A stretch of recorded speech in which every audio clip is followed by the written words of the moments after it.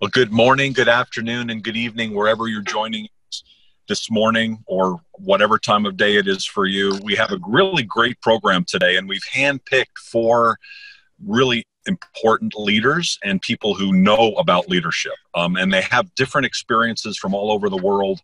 And so I think you're really going to enjoy it and take a lot away from it. We have our first speaker is Vinayak Gupta. He's someone that I've known during his life with Zero Mass Water, where he basically was, it felt like he was running the entire company. I'm sure that wasn't the case, but he was very significant in terms of taking them from 0 to 60 in 2 seconds, which is something like what his previous company would be talking about with Tesla, where he built a factory and led the building of a factory. So he's got project experience, he's got company experience, and I'm really just so impressed by all the things that he's done. He's zooming in today from Europe. He's visiting a company in Amsterdam. So Vinayak, thank you for adjusting your schedule so that you could speak today on leadership. Doug, I really appreciate the introduction. Do you want me to wait for the rest of the introductions to start, or how do you suggest I do it? Well, let's go right to it. So let's each do your section, and then I'll introduce each speaker as they speak. Awesome. Thank you so much for that wonderful introduction. I really appreciate it. Again, like I said last time when I spoke at Global Chambers, I think last year, you run an incredible organization which is global.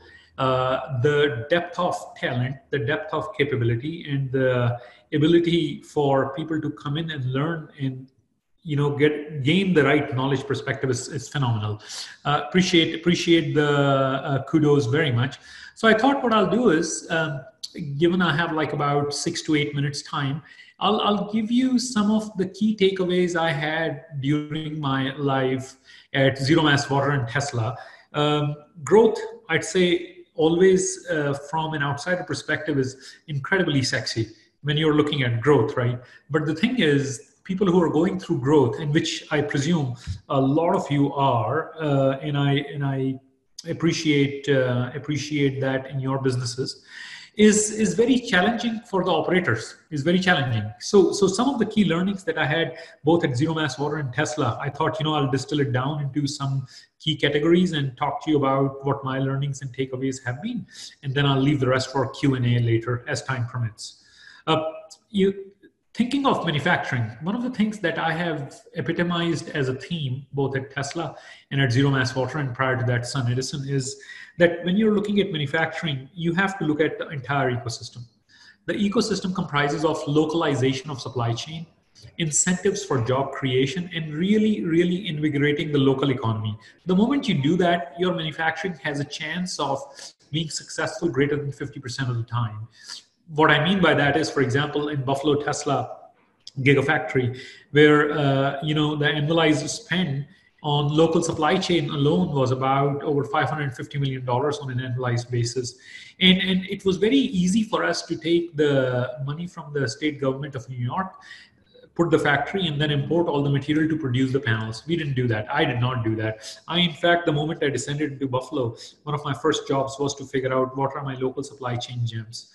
And out of the $550 million of spend, I was able to take roughly $250 million and put that into local economy. Think about what impact it had. It went above and beyond what Governor Cuomo could have asked for. And what it did for us was that it created extremely favorable environment.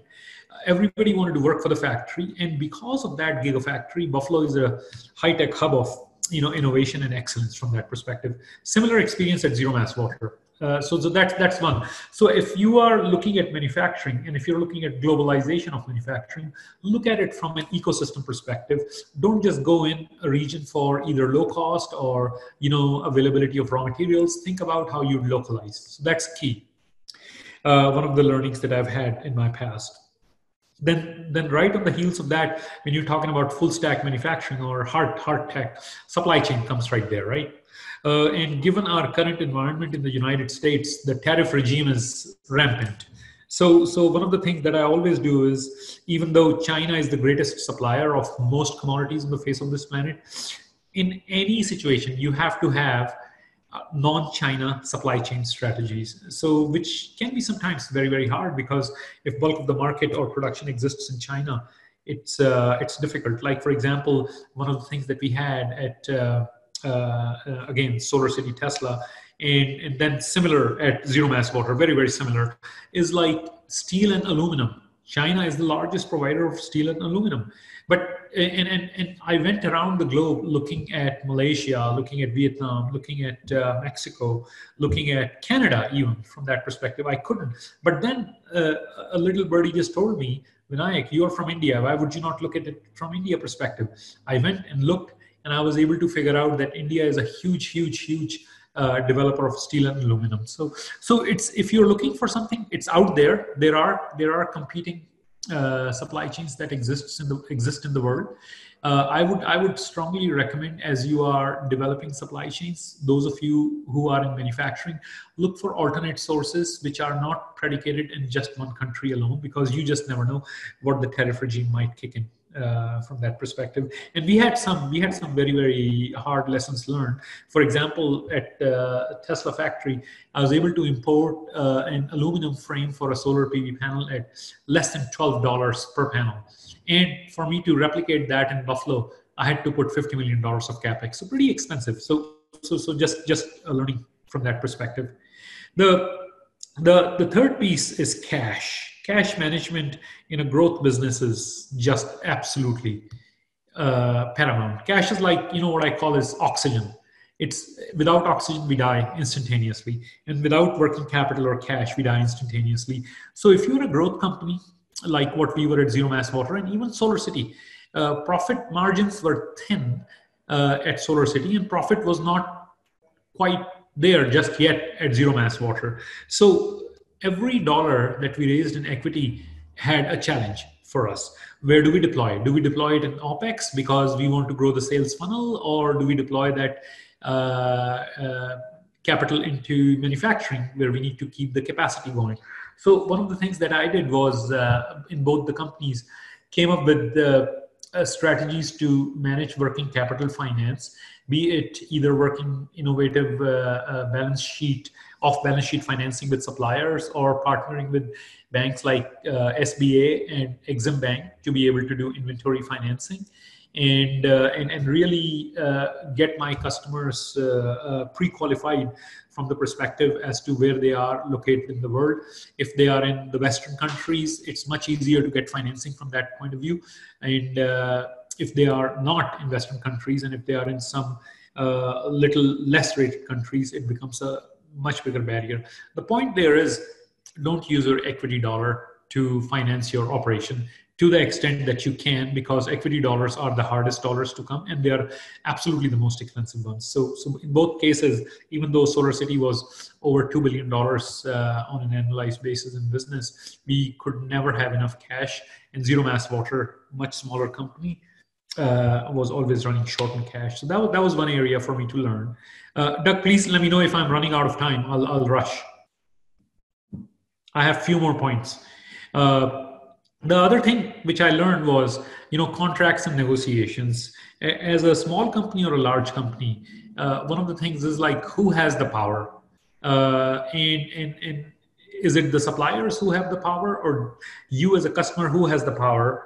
Because are you a market maker, or is supplier the market maker? So it's essential to understand what type of contract negotiations are required to be put in place, where you can protect your price, where you can protect the technology, and where you can protect the quality. And more importantly, if you're going into asset-based business, one of the biggest learnings for us in solar industry especially, and in water industry also, is that suppliers have to be bankable. What I mean by that is, if there is a warranty recall, if there is a product recall, we don't want to bankrupt our company. We want to be able to go backstop suppliers based on either the product or quality of workmanship and so on and so forth. So some of those things become very crucial in contracts and negotiations. I was looking at the time, Doug. It's 5:10. If you would allow me, I'll go on. But if I'm running out of time, I'll stop. And I'll send the notes to the entire team, what I was going to talk about. Please let me know. Okay, let's move on, and then if there's time to incorporate those thoughts into the Q&A section, let's do that. So for all I mean, I'm glad I'm strapped in here because we're going really fast in terms of the content, and really wanted to start out with you for all of those reasons, because you've been on such a fast track in what you've done. So thank you for sharing that information, and we will have and should have about 30 minutes for Q&A. So those of you who are watching, either save your questions or just type them into the chat area, and we'll monitor those and handle those. And if that's inconvenient, send an email to info@globalchamber.org and we'll handle it there as well. So our next speaker is just as quick in terms of what she's been doing. What's really cool about Susan Shultz is, she, started 2 different companies. She's the CEO she's the president of SSA Executive Search, and for the Board Institute, she's the founder and CEO. She works with amazing companies all over the world to find ways to get really extraordinary leaders in place. And so she herself is one of the most impressive people you'd ever meet. And so that's why she's here to talk more about not just the characteristics that she's found that works for her, but also as she's going around the world looking for her clients, people who can fit the right leadership mode. What are some of the things that she's learned from that? So Susan, really appreciate you sharing today. You're on mute though. So I'm really delighted to be here, and it's such a big topic. I want to mention one. I'm passionate about international, and just a brief summary. I majored in international affairs at graduate school at George Washington, and have always since then had engagement in international activities, whether in import-export or as a journalist. I was on the Hill, led legislation for a congressman, and we did international there. And then I had the good fortune to form an executive search firm, and we migrated to the board level because it occurs to me that that's really the critical leadership piece of a company that is so often neglected and so often not leveraged in the way it could be to be a really powerful advantage for organizations. So my hope is today that all of you will become more aware of boards of directors and the importance they can play globally in terms of success. And there's so many advantages, and if I could, I'll mention a few of them. They are a great source of wisdom. They're an incredible brain trust. They're excellence drive excellence in culture and ethics. They're a risk filter. They really represent, in so many cases, and I have so many examples of times, the difference between success and failure. You can be totally particular in who you bring onto your board, and you have 24/7 resources that you just could not access in any other way.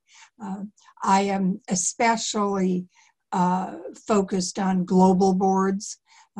If you have an investment in another market, doesn't it make sense to have somebody who knows that market, who has lived in that market, experienced that market in the way you want to experience that market, have that person on your board? I think that's the future for us, is global boards, and we will increasingly have representation from other countries. We did a number of searches in China for companies in the US that had investments there and growing in that market. And the nuance of doing business in China compared to the US is, the difference is so dramatic, and the smallest details can make the biggest difference. So it's also a way for us to have confidence in the integrity and the viability of global companies. because a board really validates that to the broader international community. I've had an opportunity to meet lots of fabulous people and see a lot of leaders, and I'll just highlight a few of the issues that I feel are most critical to great leaders. And the first one I would say is strategy. Somebody who's strategic, having a global view. Do you open a new market, or do you build a new product? Do you grow your business, or do you hold back? When you have a cyber attack, do you just fix it, or do you look at the broader issue and create some systems that will avoid it in the future? We'll probably never know what the opportunity cost is of making the wrong decision, a slow decision, or no decision. And this is a time when the board can weigh in as a strategic force for your success. I find learning and curiosity is a critical ingredient. We all know executives who don't want to hear anything new and have made up their mind and really don't take our input. Unfortunately, there are too many of those. There's a board we worked with that is a golf technology company, and the CEO would say to prospective directors, I've made my mistakes for the last 10 years. Now I want to learn from yours. And I think that's the attitude, no matter what level we're in, that we ought to be thinking about. The importance of relationships and networking intentionally cannot be overstated, especially those of us in international. It is so critical to everything happens through relationships and networking. And those of us who are in international, it's all the more important.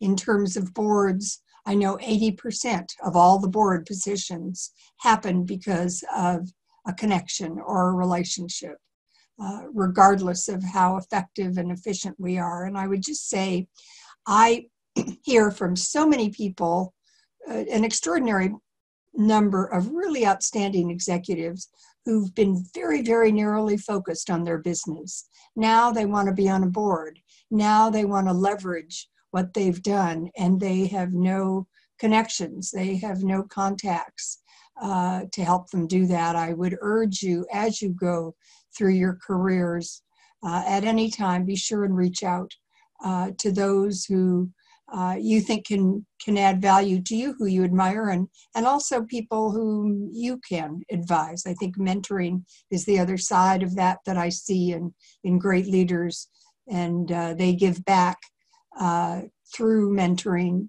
It's not a structured approach in many ways, but it's something that great leaders make time to do.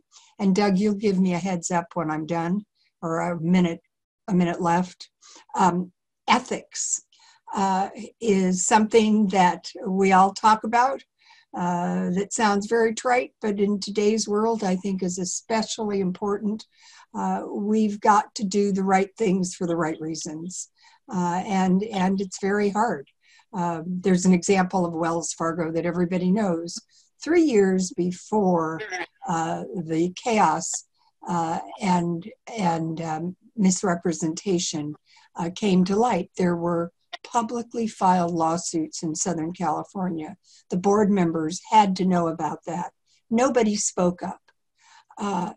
That is having allegiance to the people around you and not to the greater constituencies. And that's something, it's hard to have the courage to do what's right. There's such pressure to groupthink and to go along. But this is one of the great leadership traits, in my view, is someone who's willing to speak up. And you don't have to be strident when you do it, but you can make a point and you can make a difference. there are two risks when we look at a company, and one is that management doesn't possess the skills, competence, resources, or motivation to do a good job. The second risk is that the managers may place their personal interests ahead of the shareholders in the company. And I think no matter what position you're in, it's something that you need to be aware of always, and always have the courage to do what's right. Warren Buffett offered a warning to his leadership. He said, he's the head of Berkshire Hathaway, for those of you who don't know him. He said the 5 most dangerous words in business may be, quote, everybody else is doing it, unquote. So that moves me over to innovation and creativity. And that's another trait. Leaders are willing to take risk and to make decisions that may not be comfortable, to move forward in all kinds of different ways. And then good leaders, they're optimistic. Nobody wants to follow a gloomy naysayer. And finally, good leaders are inclusive. They understand that everybody, and this is everybody, has something to contribute. And they do not exclude people because of location. They don't exclude them because they're a minority. They don't exclude them because they're a woman. They embrace the full breadth of our population, because we know that having a combination of backgrounds, a diversity of thinking, and a number of people who are willing to speak out when it's appropriate is what really makes for a great company. I'm expecting that my time is about up. So I would just say that now in this most volatile time, that it is critical to embrace and build and secure our global relationships, because leadership is what's going to enable and secure those relationships when it matters most, which is, I think, now with all the volatility and insecurity that we feel in our global markets. Thank you so much. I'm happy to answer any questions. Awesome. Great summary. And as the sun is rising here in California, it's a great transition now to, I thought, a really outstanding list, Susan, that you shared. One of the things that you didn't touch on so much that I know you feel is very important, our next speaker is going to be talking about primarily. That's Barry Berman. He's the CEO of Integras Consulting, and a lot of what he talks about with his clients is the concept of integrity and having integrity, and what element of leadership that is. So Barry, thank you for sharing your views today. Yeah, thank you very much. I put my timer on. Okay, so I'm actually going to talk just briefly about 4 fundamental elements of a great personal life, great leadership, and a great organization. And the 4th one I'll get into in more depth. Here's what I want to accuse you of. So I really love, by the way, what you said, Susan, around ethics, and everybody else is doing it. We're going to get to that. And by the way, before I forget, Vinayak, I have a Tesla, so thank you very much for the work. I'm going to accuse us of something. I'm going to accuse us that we really don't know what leadership is. And how can I say that? I went onto Amazon and I looked up Amazon. How many books are written about leadership? There are over 40,000 books on leadership. And that tells me that nobody knows anything about it. There ought to be maybe 1, 2, 3, maybe 4 or 5 books that you actually read and you be a leader. So what I want to talk to you about a little bit more, and more to support that, is Joseph Roust, who was a professor emeritus, I think he's passed now, wrote a book called Leadership for the 21st Century. And he said the scholars do not know what it is they're studying, and the practitioners do not know what it is they are doing. Most of the research on leadership has emphasized the same two items, the peripheral aspects and the content of leadership, and almost none has been aimed at understanding the essential nature of what it is to be a leader in the moment you need to be a leader. You know, when you're leading, you can't be thinking about the textbooks or what the teacher said or even what the coach said. You've got to be effective in the moment. So we're going to just touch on two things here. There are the source of these principles I'm going to talk about. There's two worlds. There's an epistemological, objective reality that has to do with knowledge and what you and I learn to be effective. And the other side of it is an ontological view, which has to do with the being part of being a leader. And that's what we want to talk about. So I'm going to briefly say what the four foundational elements are. One is authenticity. So being and acting consistent with who you hold yourself out to be for others and who you hold yourself out to be for yourself. When leading, being authentic leaves you grounded and able to be straight with you without using force. Second, it's being cause in the matter of everything in your life. So it's not true that you cause everything in your life, but you're being the stand you take for yourself in life and acting from that stand. I'm responsible for all of it. And the last thing is being committed to something bigger than oneself, the source of serene passion and charisma required to lead and to develop others as leaders, and the source of persistence when it really, you're going through the shadow of death, you know, like that. So the part I'm going to talk about that I really appreciate what Susan was talking about is this thing around integrity. And what we mean by integrity, or no, how we live in integrity, that you can't attack it because it's like what you and I grew up in or showed up in the world is around morality. For most people, it lives as something normative.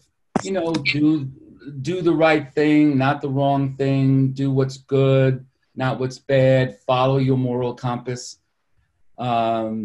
Just a moral view of the right thing. The problem is, like with terrorists, the right thing for them to do is kill us. And that's not working for us. We got to have a way that's common, maybe a way that you can actually demonstrate the impact of integrity that actually shows up on the court, you know, like performance. So here's what I'm saying, that there's an ontological law of integrity, and that is to the degree that integrity is diminished, the opportunity for performance is diminished. So what does that mean? Take a bicycle wheel. You know, when you get a bicycle and and your wheels are there and they're in perfect condition, sound, whole, complete, unbroken, you can maximize the speed on that bike and really make it work for you. It's fully workable. And thus it provides the possibility of maximum performance, doesn't it? So here's another way to look at integrity, another idea. Integrity for a person is a matter, including an organization and group, is a matter of a person's word, nothing more and nothing less. So what we're saying is, for a person to have integrity, to be whole and complete as a person, their word must be whole, complete, sound, and in perfect condition. So what the heck is word? That is what you say you're going to do and by when, right? Or what you know is expected of you, or what you know to do, what the right things are for you to do, and standing behind any assertions you make in the world, like you say, this is how it is. You could actually provide proof that that's the case, rather than just making things up. And then the moral, ethical, and legal standards that are given by our society. You know, in our society, it says drive at 60 miles an hour. That's not what we do, unless you decline it.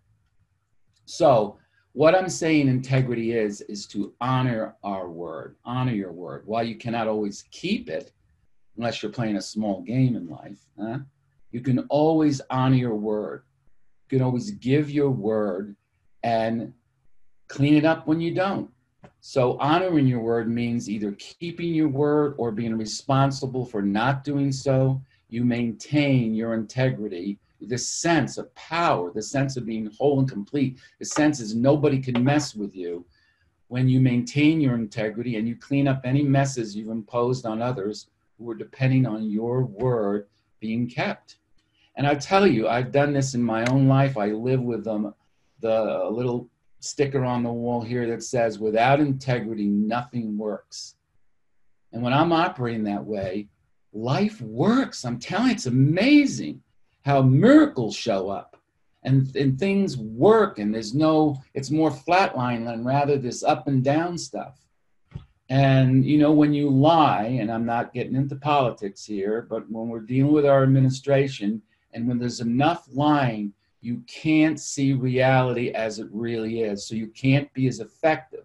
There's a diminishment of your power of seeing reality as it really is, of your sense of being whole and complete diminishes, and you degrade as a human being. That's the other side of this, that it's a law of integrity. It's a law of ontological law.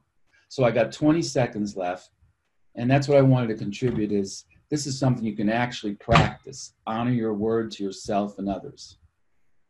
Here's my spiel, Doug.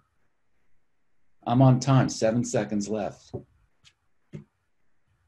I will say, I will introduce our next speaker, Donaji Montes, which is one of our members in San Francisco.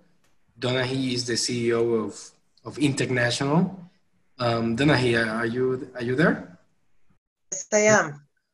Okay, Donaji. So I think the logical step is to move ahead with you, and I'll have your presentation here, and then we'll have Doug back.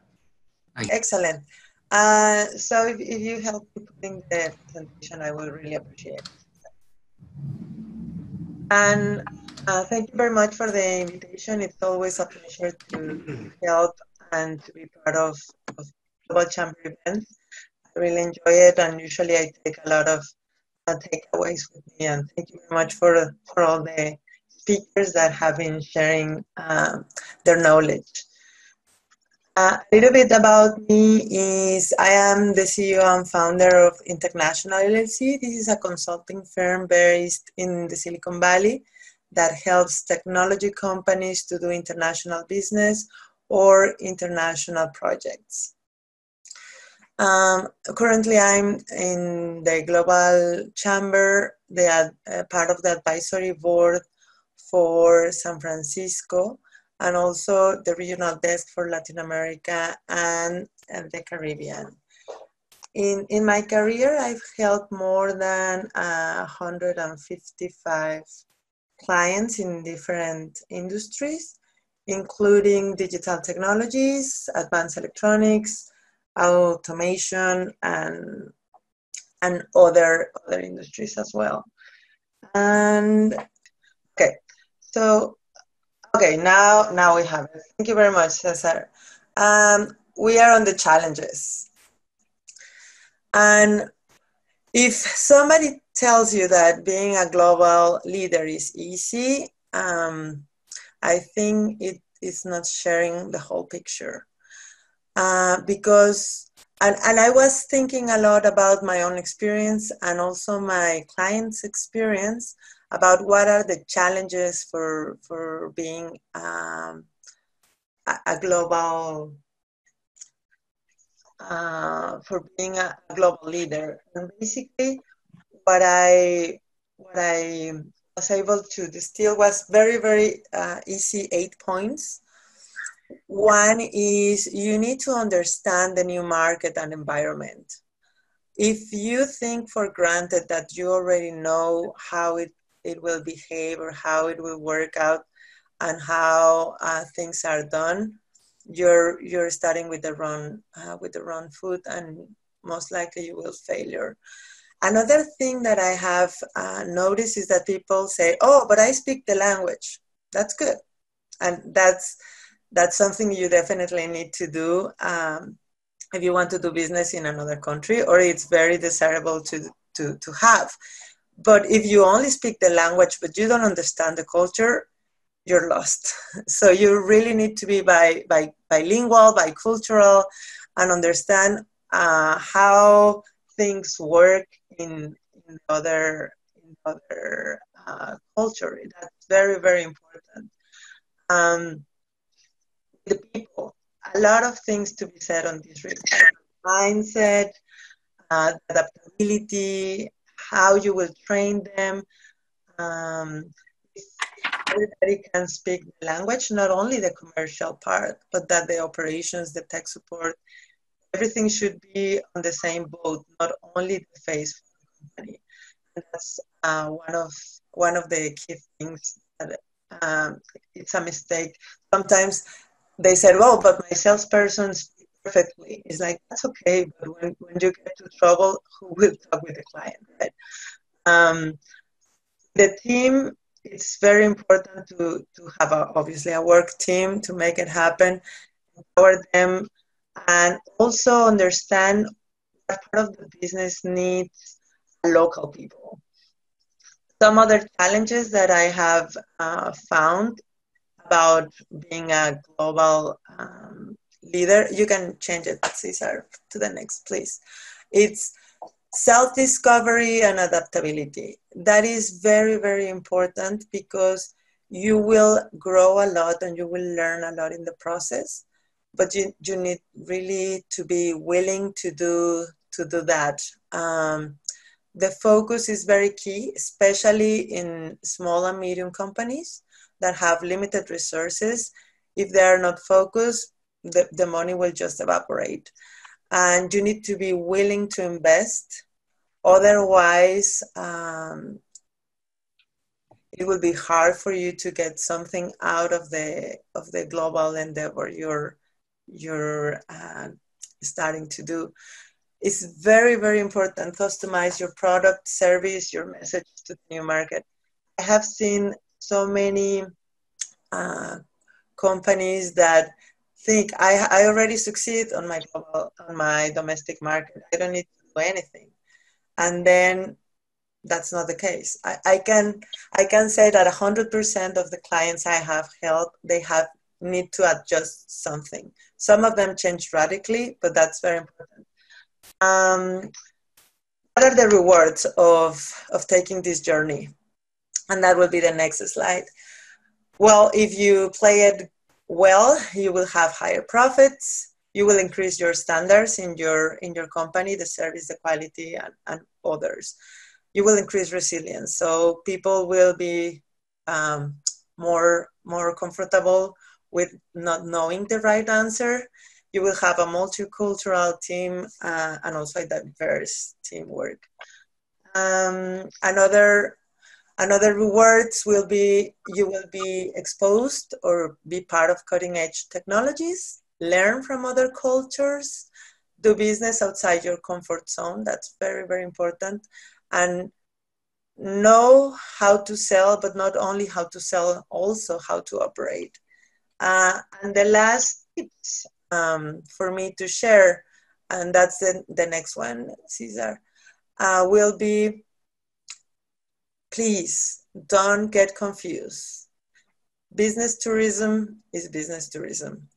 And that is very nice. You get excited, but that doesn't make your business grow. That won't help your business happen. So business development is different. Be humble, have an open mind, and you will be able to learn. If you know what you know, and you know what you don't know, and you're able to find who knows what you don't know, you got it. Please, please, please measure.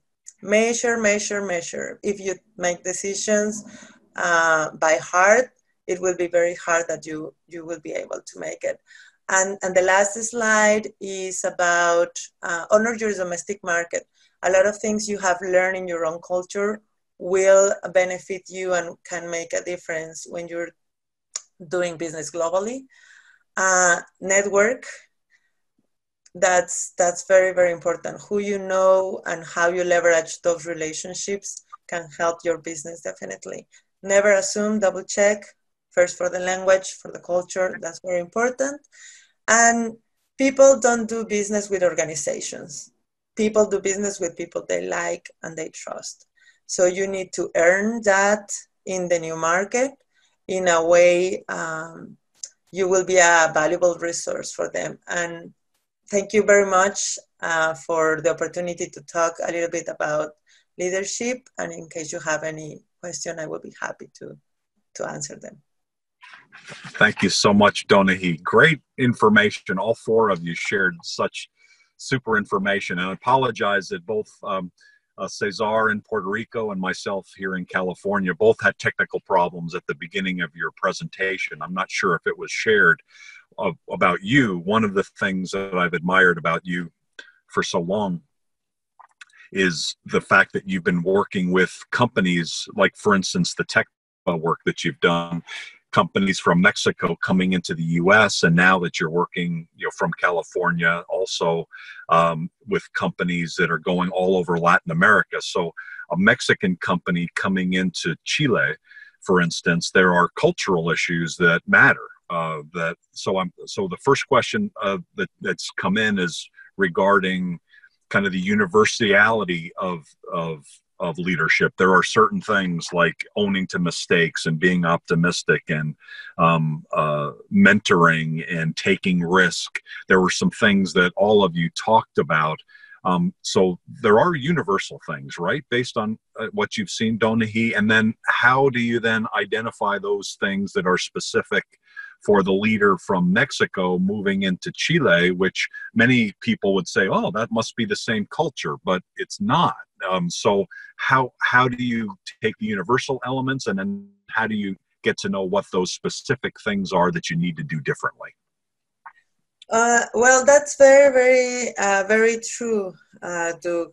I try to share like the generals, like what are the things that you should be aware. But basically, what is working in your domestic market won't work exactly the same on the new market. That's like the big general thing. For example, I live in Spain, right? I'm Mexican, so both of us speak Spanish. Well, it's like being from the US and speak English and go to England and then find out that they speak another different language. So, and I'm going to two countries that have the same language, but the culture is completely different. And even though the same language, when you have the lingo and the slang, I remember one of my friends told me, you won't be able to get along, you won't understand what they're talking. Like, come on, I speak Spanish. How you dare to tell that to me? I'm intelligent. I remember being there, the first phrase, and a complete paragraph of one person told me I couldn't have a clue of what they were telling me because everything was a slang, right? So that is for personal, and not only personal, also for business, because how business is done in one country will be different than in other. How people will be okay to have a breakfast for work, and how other people will be like, no, that's family time. So there are a lot of little details that you need to take into account to really succeed on working with other countries in general, and yes, in a specific countries. So that's what I would like to say. Okay, very good. Does anybody else want to handle that question? I know Vinayak, for instance, you talked about some of the supply chain work that you've done, and you've gone to different countries. And I remember when actually you headed off to Malaysia, and so that's a very different culture, and from I think basically from what you've been used to. So what are some of the things that you've thought of in terms of how to acclimate to the local community? Uh-oh, let's see. Did we lose Vinayak? Oh, he's there, but you're on mute. Okay. Doug, I have a comment. Can you hear me now? Can you hear me now? We'll hear, yes, please, go ahead, and then Susan will come to you. Gotcha. So few things that I've always leveraged, and I'll go to what Barry said. That is a very, very key thing to capstone it. Knowing the local culture before you walk into any place is essential. Essential. That's like the fastest way for you to really smooth the rungs and be able to have that communication. Understanding and honoring the local culture is the number one most important thing that I have seen and I have used, because it just allows you to break ice very, very fast. And then, the other thing is what Barry was mentioning earlier on, keep your word. Integrity is everything. Once you have gone and established a supply chain partner or a manufacturing partner, doesn't matter. Whatever word you give, and you don't have to just go overpromise every single time. Whatever word you give, keep it. And then they come to you. Those are two very key important doctrines that I have used and leveraged throughout the world. Fantastic. Great thoughts. Susan, how about you?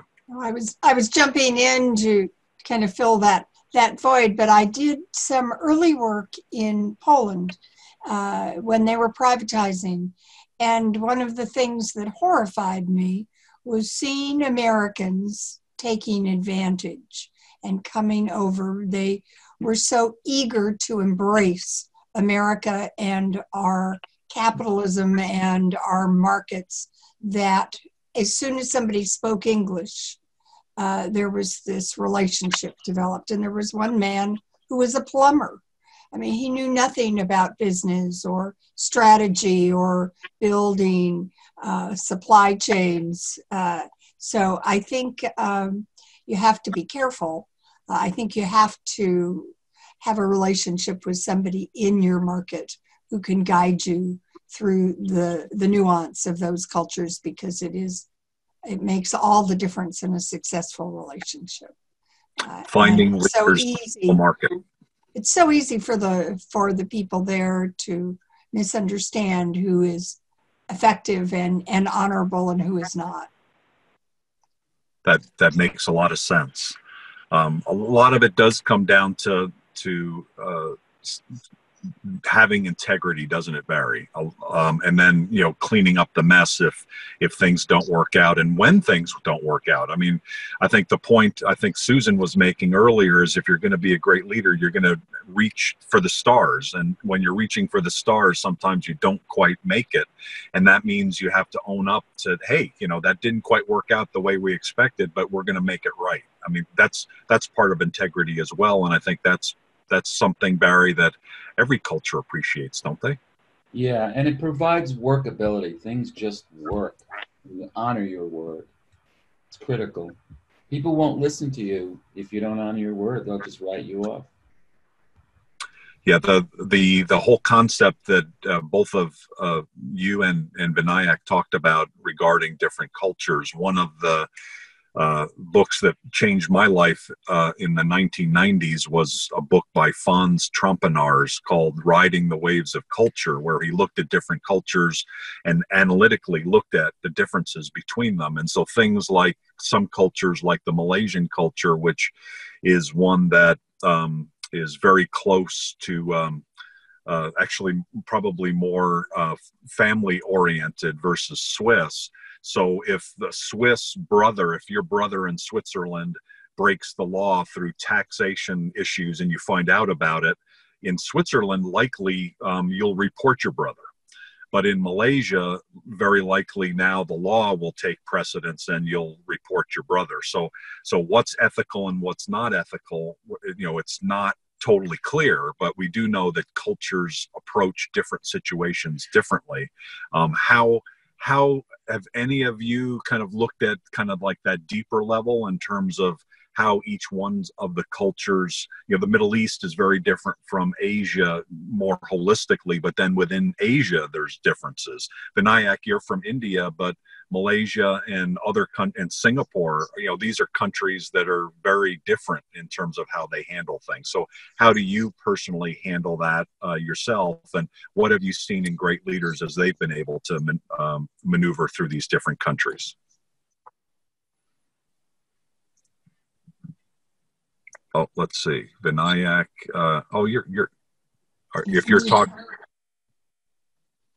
go ahead, Vinayak. Can you hear me? Yes, can hear you now. Yep. Yep. Okay, sorry. Yeah, it's. I think the connection is really bad here in Netherlands. But one of the earlier lessons, at least about 20 or so years ago, when I started going international for the first time, my first foray was in the country of Taiwan, not even India, to do business, was the learning that the way we think America works, the world doesn't work that way. Absolutely not. And that was the realization I came to 20 years ago. Different countries have different ways of running. And in Asia, it is very predominant to have a family-run business pretty much most of the time that you're looking at, or there is a hierarchical committee that you have to deal with. So one of the things that I have always strived to, some successful, some unsuccessful, sometimes unsuccessful, but most of the time it is, to straight go to the top. Like, for example, if you recall, TSMC is the largest foundry on the face of this planet.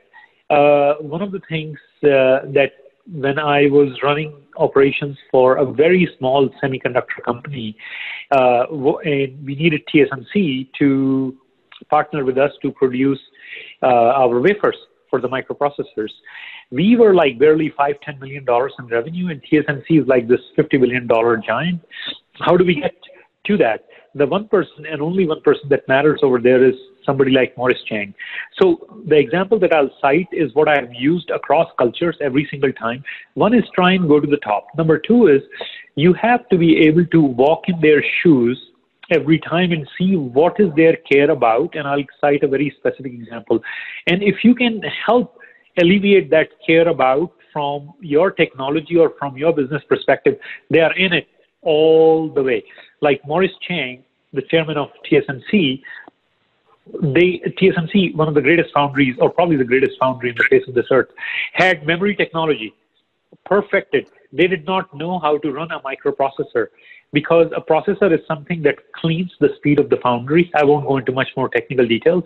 But when Morris Chang learned that running our processor could help TSMC in a way that has never been done before, he understood completely. First thing first, he believed in our business. Second thing, he understood that running our processors would give TSMC an unfair advantage, and hence we were able to get Broadcom type leverage at TSMC. So that's the principle I've used pretty much everywhere, and it seems to work. Number one, go to the top if you can. Number two is do something by walking in their shoes. That's their care about. I might, if I may add just something to that, in my experience, our direct, abrupt business style in the U.S. can often be off-putting. And we've also fine-tuned, I think, the direct sale and the mass sale. And that's in other countries, almost every other country I've ever worked in, it's more about the relationships and having an introduction and absolutely going to the top.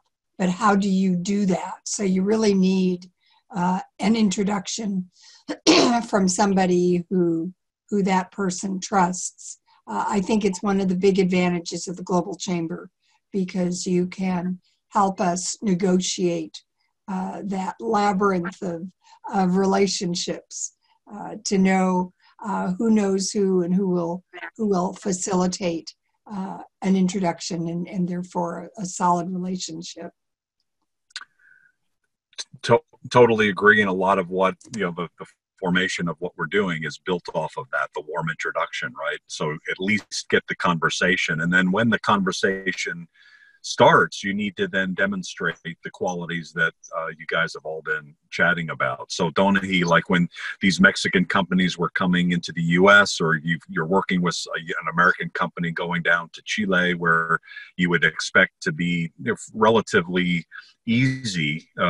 It's not like it's an Asian culture, but it's still, there's so many other factors, right? So there's the initial conversation, which you can facilitate in your business, but then it's up to them. So are there things that you talk to the companies you work with? Do you coach them? Do you talk to them about problems? How direct are you with, telling them, hey, look, you're not listening well enough, and so you've got to really do these kinds of things? Yes, all the time. Okay. Because that's my job, right? That's why they hire me. And basically, what I tell to my clients is I prefer me being the one telling you, this is not working, you shouldn't do it like this, we definitely need to improve this and that, rather than a prospect or a potential business partner or an investor. Is like, you don't want to get that feedback from them. So I will put my highest standard. In a way, I will tell you, this is not working and why, and we can work on the details. But there, for example, the way of doing business is different. So for them to understand that, it takes, yes, some coaching and also some experiences, like firsthand. So it's like, this is what I've learned. You shouldn't do this because of all these reasons and because of what I have seen with my previous experience. And as always, they are the business owners and they are the ones that will decide. So it is very good when that knowledge is shared, because then it's like a shortcut. They don't have to go and with trial and error until they found the right solution, because you have the experience of a lot of companies that have tried that before and hasn't worked. So yes, I talk about how to do business, a lot of the culture differences. And that's why it's very important to have a local person or a local partner that can help you to navigate. And if you include that on your strategy, that will make things much more smoother. Because even though you want to invest, you want to get there, you hadn't lived since you were a child there. And people have done that. Locals have done that. They have a stronger network. They have a lot of advantages because they really know the culture. They really know how to do business. So that's another element to consider when you're doing business abroad. Yeah, and I think the other key part of what you said was, if you're going to be stumbling and making mistakes in other cultures, more than likely they're not going to tell you what went wrong. They'll just say, the deal didn't happen, and you'll start to wonder. So over and over, right, you hear from people saying, hey, it's just not working. Well, there's probably a reason why it's not working. And so Donaji's advice is critical. Have somebody, to be that for you. If it's not Donaji, get somebody to be that foil for you to make sure that you're doing the right thing. We've come to the end of the time, but if each of you could just take 20 or 30 seconds, and is there anything else that you want to say, or any other key points that you want to emphasize before we close the program? Who would like to?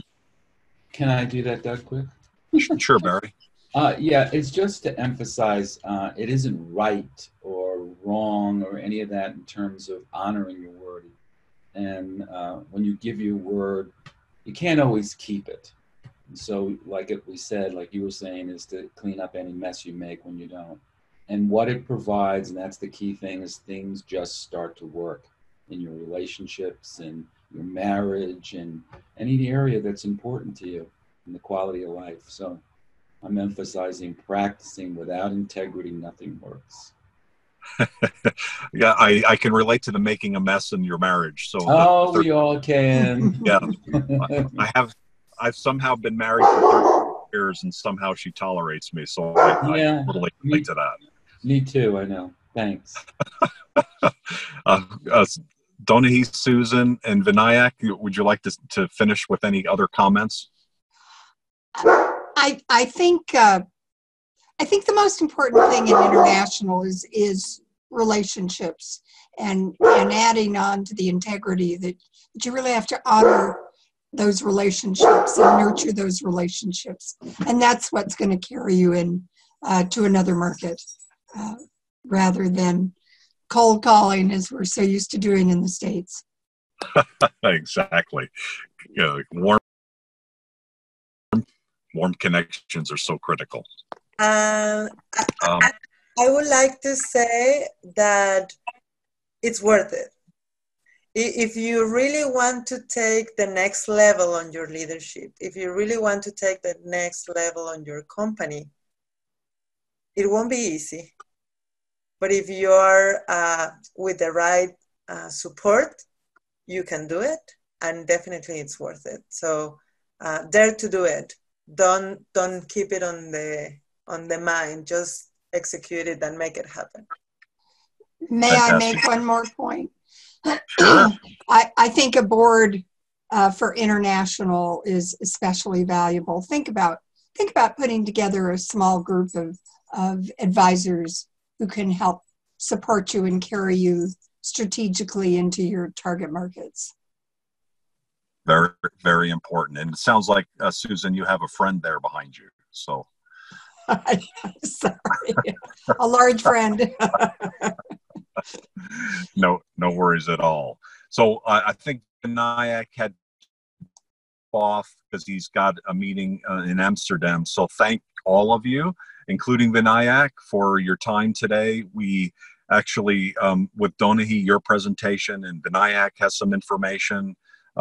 Barry or Susan, if you have any additional information you want to send in, please do so. We'll put together a blog post that will get up next week that will include this recording. So if anybody wants to see this again, or if you've only reached part of the conversation, I think this is something you'd want to see again. And if you missed it, please watch the video, and also read the blog post that comes out next week. Our next event is in a few days. We're talking about success in Japan and how to do that effectively. So thank all of you again. Thanks all of the members for being part of Global Chamber. We're really appreciate it, and love the fact that, you know, some of the key concepts that came out today were things that we stress every day, which is, you know, make sure that, you know, you're doing things properly across borders. When you make mistakes, you know, own up to them and fix them, and definitely leverage the people that you know, and those of you who are members, leverage the Global Chamber and our team and our members around the world to get those conversations, those initial conversations, so that you can make progress in your growth around the world.